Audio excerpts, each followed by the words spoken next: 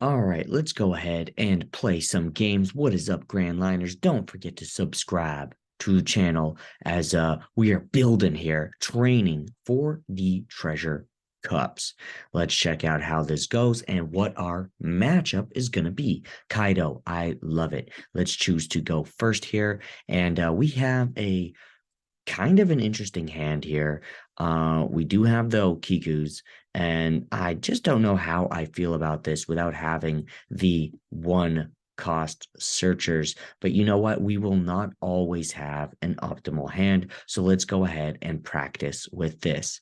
Turn one, we're going to go ahead and pass. Now, who's playing Kaido? Kaido, they're probably going to go ahead and pass. Let's see what happens here. Oh, maybe they'll deploy a blocker. I'm okay with that. I do have an Okiku ready, and then I have a second Okiku ready. Okay, they went ahead and passed.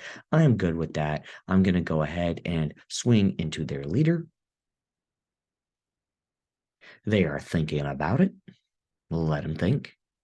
That was a great draw, by the way. The 7 cost kid is epic here. Okay, they went ahead and pitched a 2K counter. And what we're going to do is we're actually going to continue this onslaught and keep on pushing. So let's drop our 1K counter. We're not going to need that. And let's swing once again into their Kaido. I believe they will end up taking this.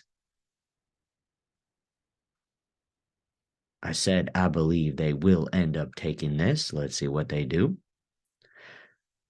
Okay, I guess. Oh, guys, don't do what that Kaido player just did. They wasted a very powerful event card very early on, but maybe their hand is just that busted. Playstyle is somewhat strange. I will take this hit and show them that resources do matter in this game. So here we go. Now I'm pretty sure I could just swing for 5s here, and that leaves 2, and I can deploy a blocker, and just kind of just have it there early. That's good. Let's do it. Let's go ahead and swing for 5.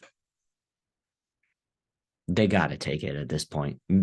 Normally I would swing for 7s, but they wasted way too much resources. Okay, there it is. And they're thinking about something here. Again, I have nothing on the field, so there's not much to take advantage of. Um, hmm. I could play the Okiku here, uh, but they're going to 7. That's too dangerous. I'm gonna go ahead and drop the Okiku and just swing for the 5 once again. At this point, I do think that they should be taking it, or or what? Like they need cards? But then again, those cards don't really interact with my cards since I don't have any cards. Dropping over countering, that's a good sign for us. Let's go ahead and drop the killer, and maybe we can bait out them making some sort of dedication to the field. Let's see here, they're at 7 Dawn, so not bad. They can do a lot of different plays. They could set up their blockers. They can set up their, oh, there's the blocker right there. There's Queen. That actually does make things a tad bit difficult, but I do have the Okiku to help deal with it. That being said, they probably have a King to respond to the Okiku. So if I go 7 cost, it will put me behind just a bit. In terms of tempo, but I am okay with that. So Kiku could be coming out in a couple of turns. They are swinging for a 7. Now, I will be deploying my Eustace Captain Kidd blocker next, most likely. And I do think that blocking here, although not totally ideal, does make some sense, but I will not do it. It makes some sense because ultimately they can just pop this killer with a who's who or a king, and it makes it even worse for me to play a 3 cost, which is not something that I am planning on doing. So let's draw the Dawn. We are indeed at 7 Dawn. Let's see, what can I do here? Now, if I do swing into their leader right now, I'll just probably kill the queen if they block with it. So let's see. They should be very, very low on counters. I am going to go ahead and Man, that Okiku is very tempting to play, but it's bait. It's bait. And so is that Hawkins. Let's go ahead and just attack their leader. They use so many counters. Let's see how this goes. Will they play the queen? And if they do, then I will probably dedicate myself to the Okiku play, and I will most likely lose the Okiku, and I'm okay with that. Or I can go with the Basil Hawkins, which basically means they have to play 9 cost. Let's see what happens here. They are very, very think. Okay, they did kind of, in my opinion, the smart move here, and I'm good with that. But that makes my choice a lot easier playing the 7 cost, and with that, I can pass my turn and hopefully not go below uh 3 life here, and just put them on the clock next turn. Again, 9 cost doesn't deal with this. I don't think they're going to 10 cost me, considering they did not block with queen. It is what it is, and we'll be able to do some big, heavy swings on the following turn. And don't forget to subscribe to the channel, guys, if you are enjoying this video. So they are at 10 dawn now. This is a very powerful turn. 9 of the dawn is active, and let's just see what happens here. It appears that they're thinking, and that's okay. We think, oh, there it is, the king making the killer useless. I wonder, should I have blocked on my previous turn? What would you guys have done? I did think about it, and you saw me thinking about it, but I don't know. Well, that's just a very silly move right there. Just an easy block.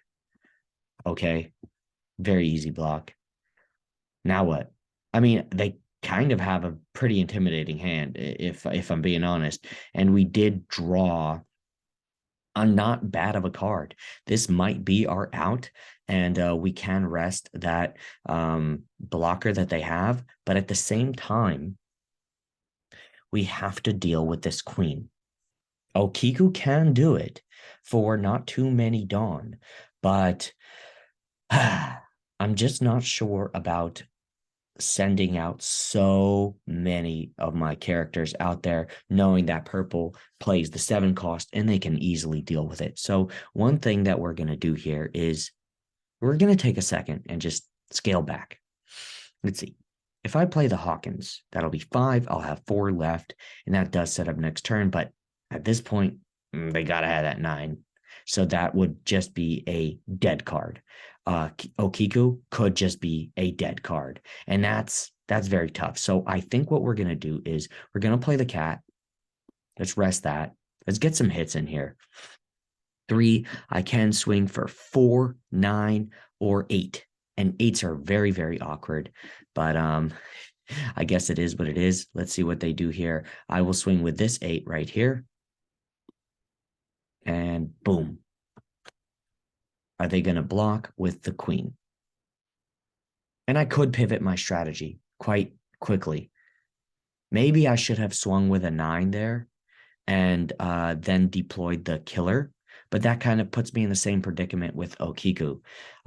Again, I just don't have enough blockers to make it worthwhile. But let's see.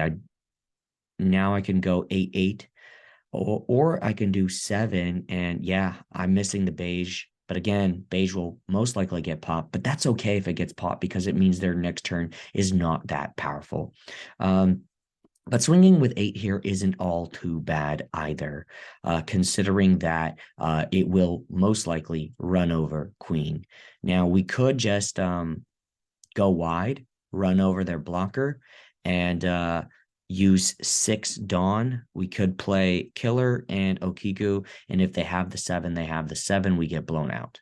I don't want to do that, so I am just gonna go ahead and go for blow, swing into their leader.